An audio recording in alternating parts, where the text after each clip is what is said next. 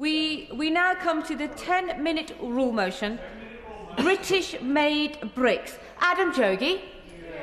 Thank you very much, Madam Speaker. I beg to move that leave be given to bring in a bill to require the Secretary of State to publish proposals for measures to increase the use of British-made bricks in construction projects in the United Kingdom, including specific measures relating to the building of new homes and for connected purposes. This bill is a big deal for my community back home in Newcastle-under-Lyme. Our people are smart and skilled. For generations, they powered our nation. They made, they designed, and they thrived. My bill is about ensuring that communities in our industrial heartlands are not forgotten, Madam Speaker, or left behind, and are given the opportunity once again to show what they're made of.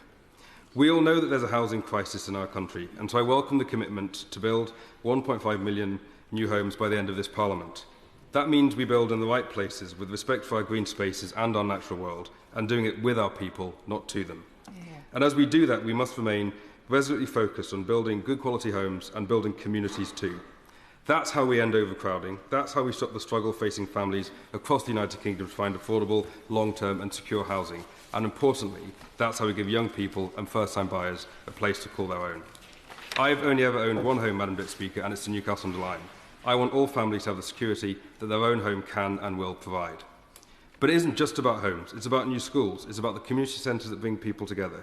It's about the new hospitals. It's about the restoration of this place. It's about buying British, building with British, and it's about backing British workers.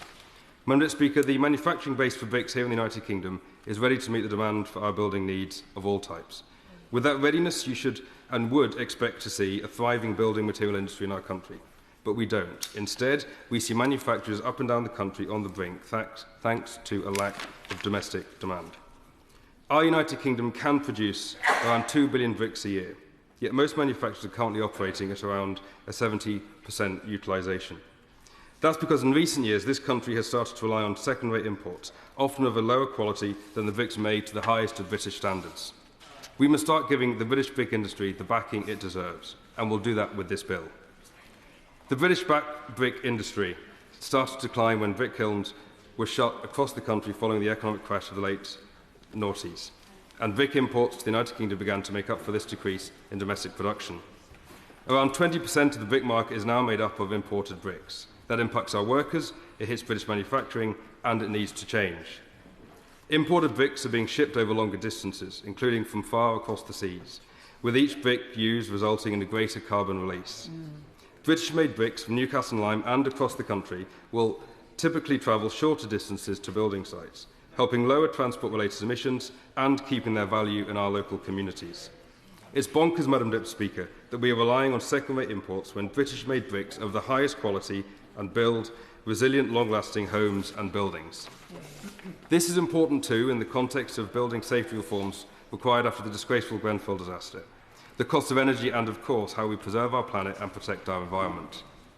Madam Speaker, a typical clay brick building has a lifespan of around 150 years, and at the end of that life can be refurbished, recycled and reused. They are strong and they are weather and fire resistant. They provide longevity, durability and adaptability, and they sit a cut above the rest.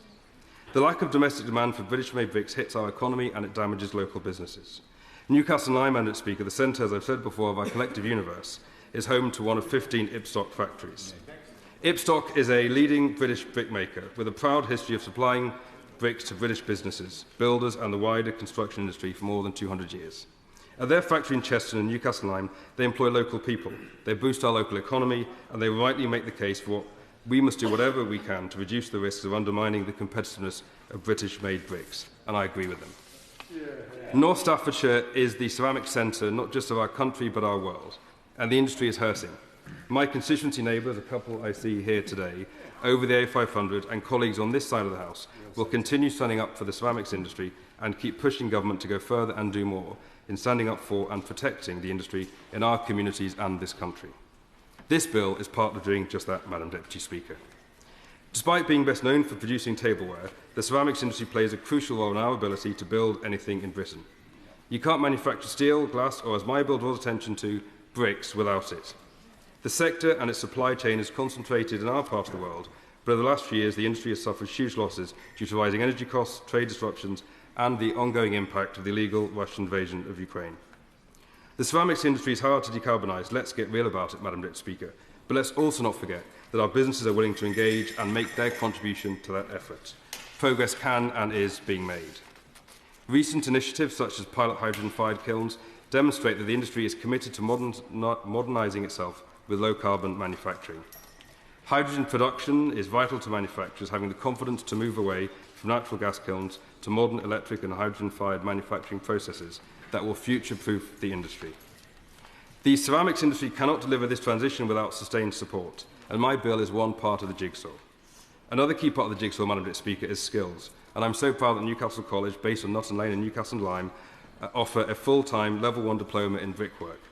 We're upskilling our people in Newcastle-under-Lyme, but you don't, and we can't, without the sustained and future of our British brick industry, ensure that those young people have something to do with their smarts, their skills and their qualifications. The cost to the livelihoods of people in my community, to the strength of our local economy and our businesses are too great for us not to get this right. My bill that will see a local first approach will help support our ceramics industry, and I look forward to working with His Majesty's Government to do more in the weeks and months ahead. Madam Speaker, as I move my bill today, I think of the many men and women over generations who've worked in the ceramics industry in Newcastle-under-Lyme and North Staffordshire. I think of the potential untapped, the opportunities yet to be taken, and the future that we can build together.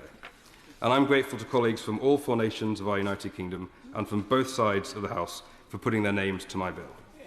The Government must invest in further support so we can safeguard jobs in communities like mine, in our industrial heartlands, support our local economies and ensure that the British brick industry is fighting fit.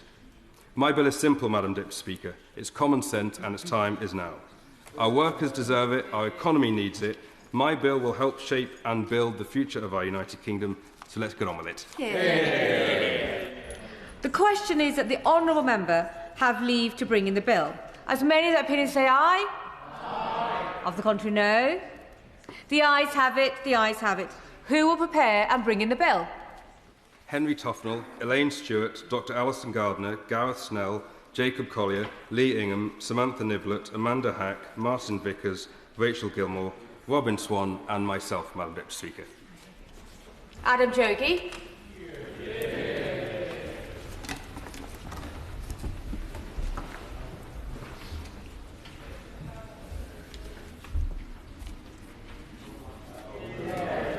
Keep it straight now.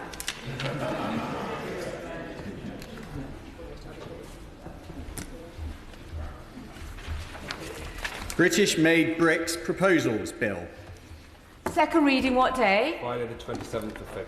Friday the 27th of February.